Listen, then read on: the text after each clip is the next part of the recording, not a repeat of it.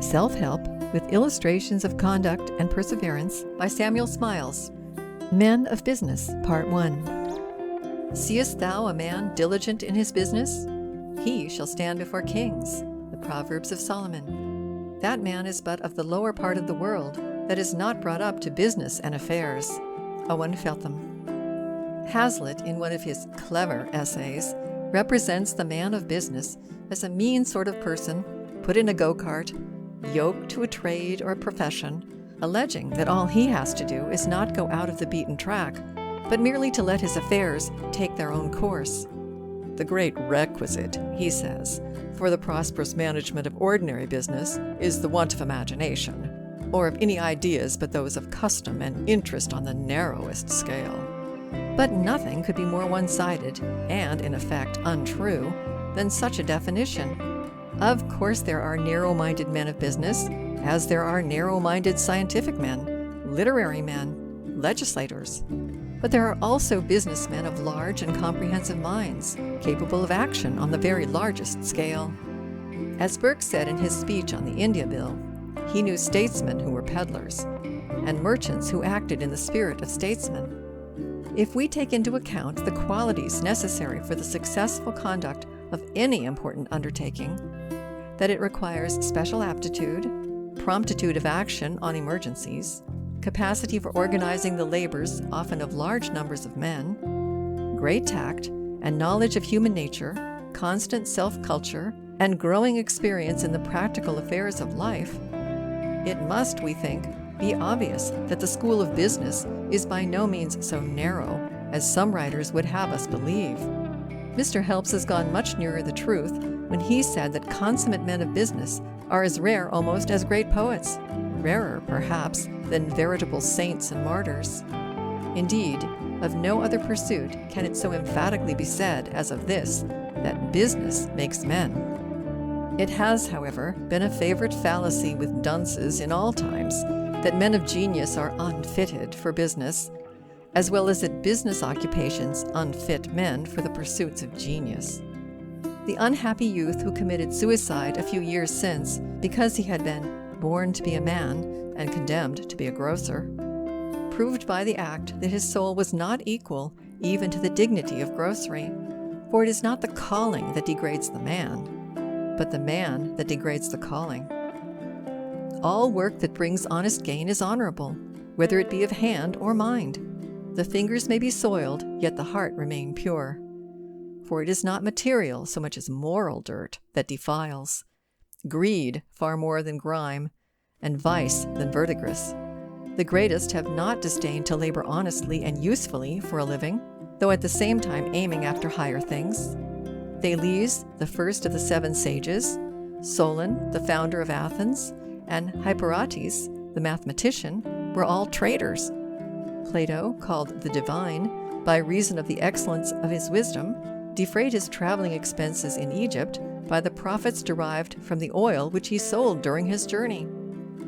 Spinoza maintained himself by polishing glasses while he pursued his philosophical investigations. Linnaeus, the great botanist, prosecuted his studies while hammering leather and making shoes. Shakespeare was a successful manager of a theater, perhaps priding himself more on his practical qualities in that capacity than on his writing of plays and poetry. Pope was of the opinion that Shakespeare's principal object in cultivating literature was to secure an honest independence. Indeed, he seems to have been altogether indifferent to literary reputation. It is not known that he superintended the publication of a single play, or even sanctioned the printing of one, and the chronology of his writings is still a mystery. It is certain, however, that he prospered in his business and realized sufficient to enable him to retire upon a competency to his native town of Stratford-upon-Avon. Chaucer was in early life a soldier, and afterwards an effective commissioner of customs, an inspector of woods and crown lands. Spenser was secretary to the Lord Deputy of Ireland, was afterwards Sheriff of Cork, and is said to have been shrewd and attentive in matters of business. Milton, originally a schoolmaster, was elevated to the post of Secretary to the Council of State during the Commonwealth, and the extant order book of the Council as well as many of Milton's letters which are preserved, give abundant evidence of his activity and usefulness in that office. Sir Isaac Newton proved himself an efficient master of the mint, the new coinage of 1694 having been carried out under his immediate personal superintendence. Cowper prided himself upon his business punctuality, though he confessed that he never knew a poet, except himself, who was punctual in anything. But against this we may set the lives of Wordsworth and Scott, the former a distributor of stamps, the latter a clerk to the Court of Session, both of whom, though great poets, were eminently punctual and practical men of business. David Ricardo, amidst the occupations of his daily business as a London stock jobber, in conducting which he acquired an ample fortune, was able to concentrate his mind upon his favorite subject, on which he was enabled to throw great light, the principles of political economy, for he united in himself the sagacious commercial man and the profound philosopher. Bailey, the eminent astronomer, was another stockbroker, and Allen, the chemist, was a silk manufacturer.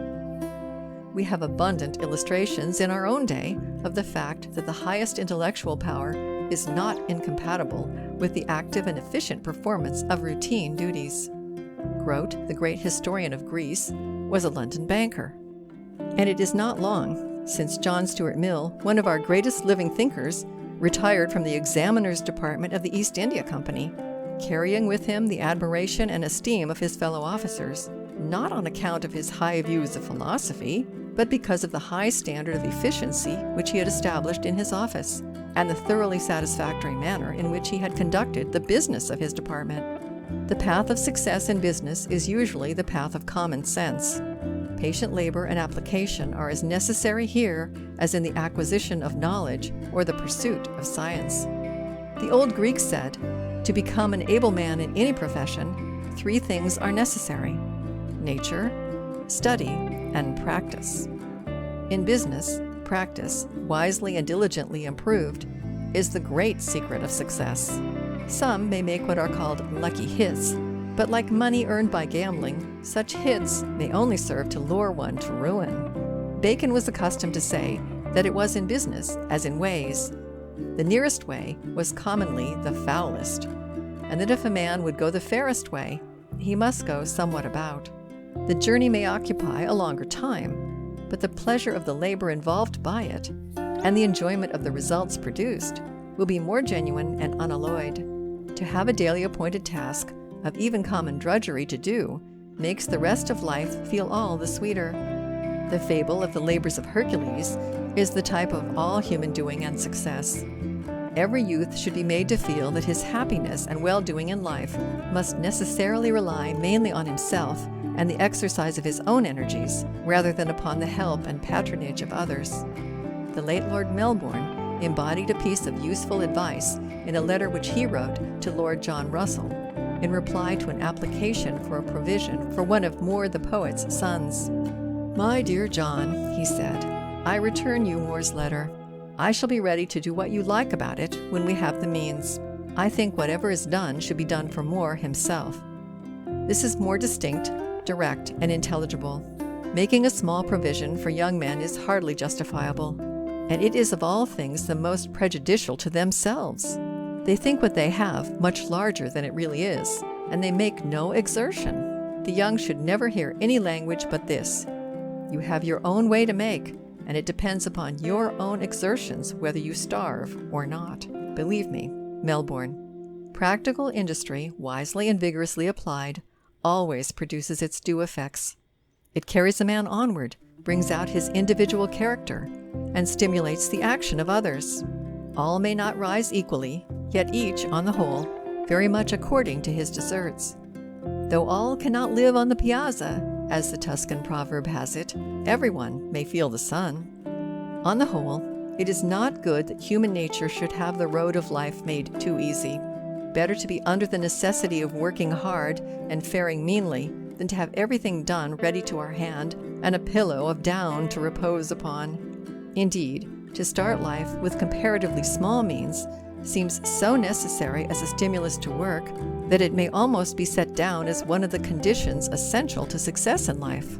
Hence, an eminent judge, when asked what contributed most to success at the bar, replied, Some succeed by great talent, some by high connections, some by miracle, but the majority by commencing without a shilling. We have heard of an architect of considerable accomplishments, a man who had improved himself by long study and travel in the classical lands of the East, who came home to commence the practice of his profession. He determined to begin anywhere, provided he could be employed, and he accordingly undertook a business connected with dilapidations, one of the lowest and least remunerative departments of the architect's calling.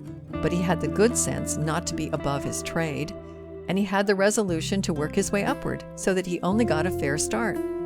One hot day in July, a friend found him sitting astride a house roof, occupied with his dilapidation business. Drawing his hand across his perspiring countenance, he exclaimed, "Here's a pretty business for a man who's been all over Greece." However, he did his work, such as it was, thoroughly and well. He persevered until he advanced by degrees to more remunerative branches of employment, and eventually he rose to the highest walks of his profession. The necessity of labor may, indeed, be regarded as the main root and spring of all we call progress in individuals and civilization in nations, and it is doubtful whether any heavier curse could be imposed upon man than the complete gratification of all his wishes without effort on his part, leaving nothing for his hopes, desires, or struggles. The feeling that life is destitute of any motive or necessity for action must be, of all others, the most distressing and insupportable to a rational being. The Marquis de Spinola, asking Sir Horace Vere what his brother died of, Sir Horace replied, "He died, sir, of having nothing to do." "Alas," said Spinola, "that is enough to kill any general of us all." Those who fail in life are, however, very apt to assume a tone of injured innocence and to conclude too hastily that everybody, excepting themselves, has had a hand in their personal misfortunes. An eminent writer lately published a book in which he described his numerous failures in business, naively admitting at the same time that he was ignorant of the multiplication table, and he came to the conclusion that the real cause of his ill success in life was the money-worshipping spirit of the age. Lamartine also did not hesitate to profess his contempt for arithmetic. But, had it been less, probably we should not have witnessed the unseemly spectacle of the admirers of that distinguished personage engaged in collecting subscriptions for his support in his old age. Again, some consider themselves born to ill luck and make up their minds that the world invariably goes against them without any fault on their own part. We have heard of a person of this sort who went so far as to declare his belief that, if he'd been a hatter, people would have been born without heads. There is, however, a Russian proverb which says that misfortune is next door to stupidity, and it will often be found that men who are constantly lamenting their luck are in some way or other reaping the consequences of their own neglect, mismanagement, improvidence, or want of application. Dr. Johnson, who came up to London with a single guinea in his pocket, and who once accurately described himself in his signature to a letter addressed to a noble lord as impransus, or dinnerless, has honestly said, "All complaints which are made of the world are unjust. I never knew a man of merit neglected. It was generally by his own fault that he failed of success." Washington Irving, the American author, held like views. Quote, "As for the talk," said he, "about modest merit being neglected, it is too often a cant by which indolent and irresolute men seek to lay their want of success at the door of the public. Modest merit is, however, too apt to be inactive, or negligent, or uninstructed merit. Well-matured and well-disciplined talent is always sure of a market, provided it exerts itself, but it must not cower at home and expect to be sought for. There is a good deal of cant, too, about the success of forward and impudent men, while men of retiring worth are passed over with neglect. But it usually happens that those forward men have that valuable quality of promptness and activity without which worth is a mere inoperative property. A barking dog is often more useful than a sleeping lion." End quote. Attention, application, accuracy, method, punctuality, and dispatch are the principal qualities required for the efficient conduct of business of any sort. These, at first sight, may appear to be small matters, and yet they are of essential importance to human happiness, well-being, and usefulness. They are little things, it is true, but human life is made up of comparative trifles. It is the repetition of little acts which constitute not only the sum of human character, but which determine the character of nations. And where men or nations have broken down, it will almost invariably be found that neglect of little things was the rock on which they split. Every human being has duties to be performed, and, therefore, has need of cultivating the capacity for doing them, whether the sphere of action be the management of a household, the conduct of a trade or profession, or the government of a nation. The examples we have already given of great workers in various branches of industry, art, and science render it unnecessary further to enforce the importance of persevering application in any department of life.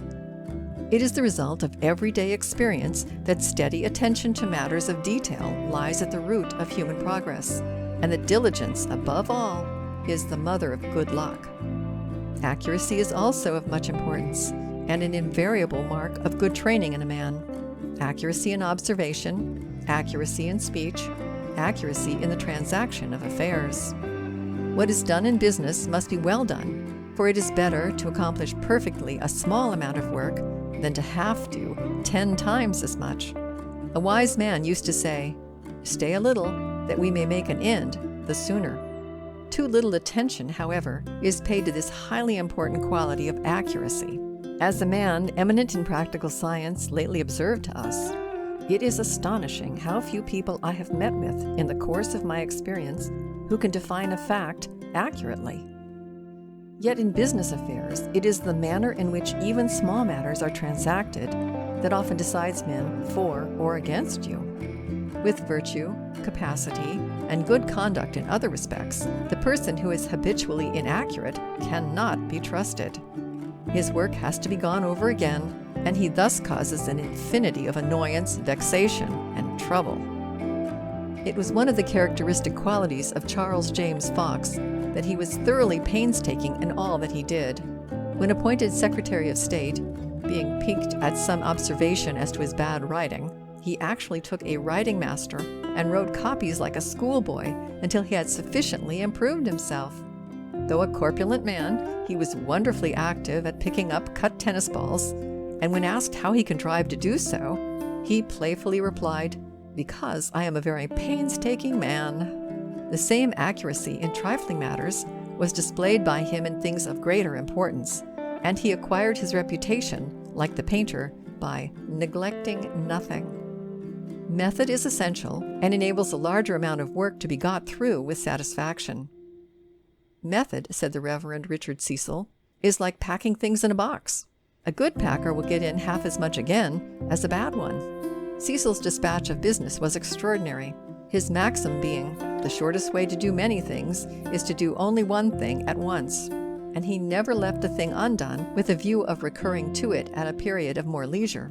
When business pressed, he rather chose to encroach on his hours of meals and rest than omit any part of his work. De Witt's maxim was like Cecil's, one thing at a time.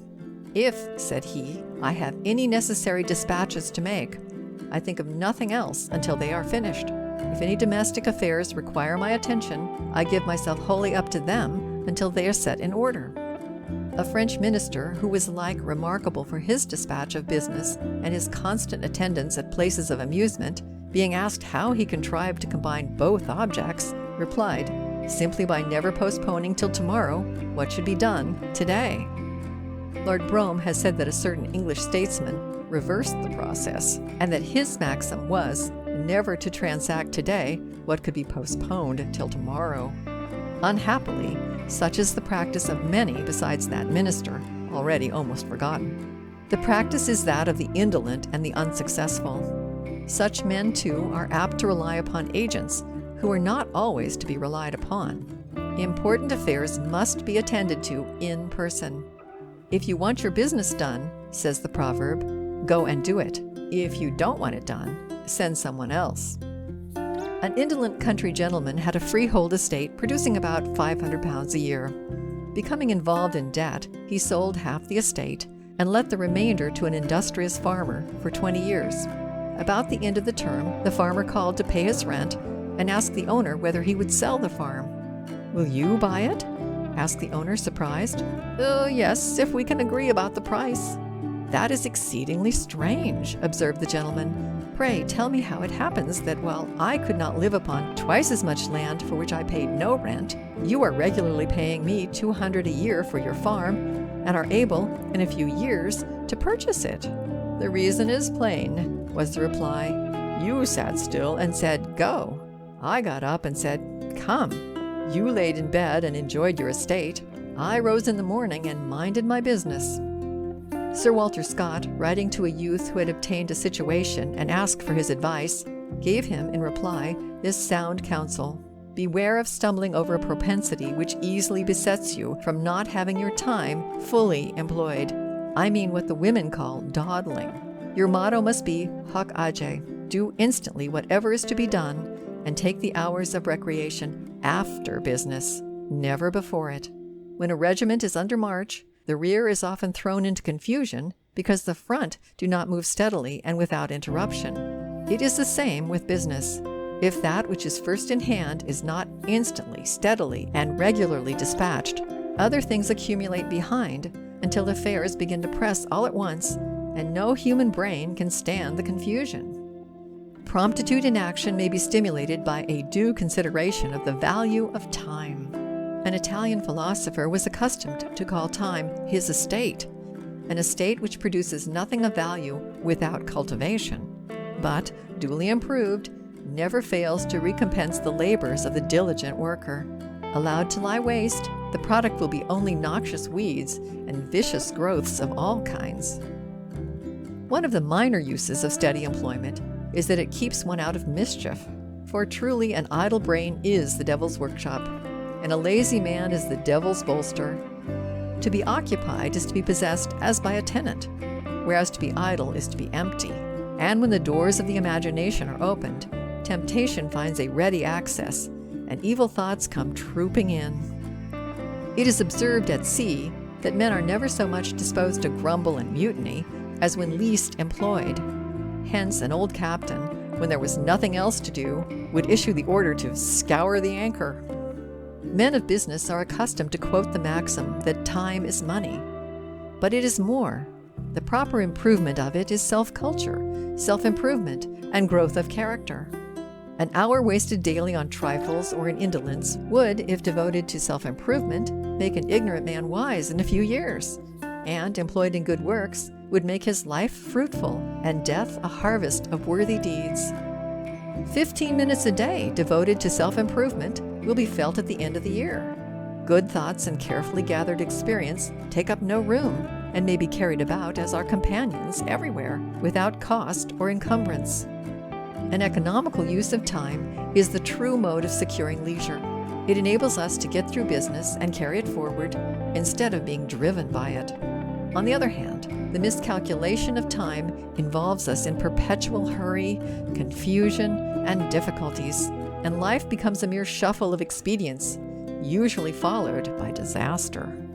Nelson once said, "I owe all my success in life to having always been a quarter of an hour before my time." Some take no thought of the value of money until they have come to an end of it, and many do the same with their time. The hours are allowed to flow by unemployed, and then, when life is fast waning, they bethink themselves of the duty of making a wiser use of it. But the habit of listlessness and idleness may already have become confirmed, and they are unable to break the bonds with which they have permitted themselves to become bound. Lost wealth may be replaced by industry, lost knowledge by study, lost health by temperance or medicine, but lost time is gone forever. A proper consideration of the value of time will also inspire habits of punctuality. Punctuality, said Louis XIV, is the politeness of kings. It is also the duty of gentlemen, and the necessity of men of business. Nothing begets confidence in a man sooner than the practice of this virtue, and nothing shakes confidence sooner than the want of it. He who holds to his appointment and does not keep you waiting for him shows that he has regard for your time as well as for his own. Thus, punctuality is one of the modes by which we testify our personal respect for those whom we are called upon to meet in the business of life. It is also conscientiousness in a measure, for an appointment is a contract, express or implied, and he who does not keep it breaks faith, as well as dishonestly uses other people's time, and thus inevitably loses character. We naturally come to the conclusion that the person who is careless about time will be careless about business, and that he is not one to be trusted with the transaction of matters of importance. When Washington's secretary excused himself for the lateness of his attendance and laid the blame upon his watch, his master quietly said, "Then you must get another watch, or I another secretary." The person who is negligent of time and its employment is usually found to be a general disturber of others' peace and serenity. It was wittily said by Lord Chesterfield of the old Duke of Newcastle, "His Grace loses an hour in the morning and is looking for it all the rest of the day." Everybody with whom the unpunctual man has to do is thrown from time to time into a state of fever. He is systematically late, regular only in his irregularity. He conducts his dawdling as if upon a system, arrives at his appointment after time, gets to the railway station after the train has started, posts his letter when the box is closed. Thus business is thrown into confusion, and everybody concerned is put out of temper. It will generally be found that the men who are thus habitually behind time are as habitually behind success, and the world generally casts them aside to swell the ranks of the grumblers and the railers against fortune. End of section 24. Read by Olivia.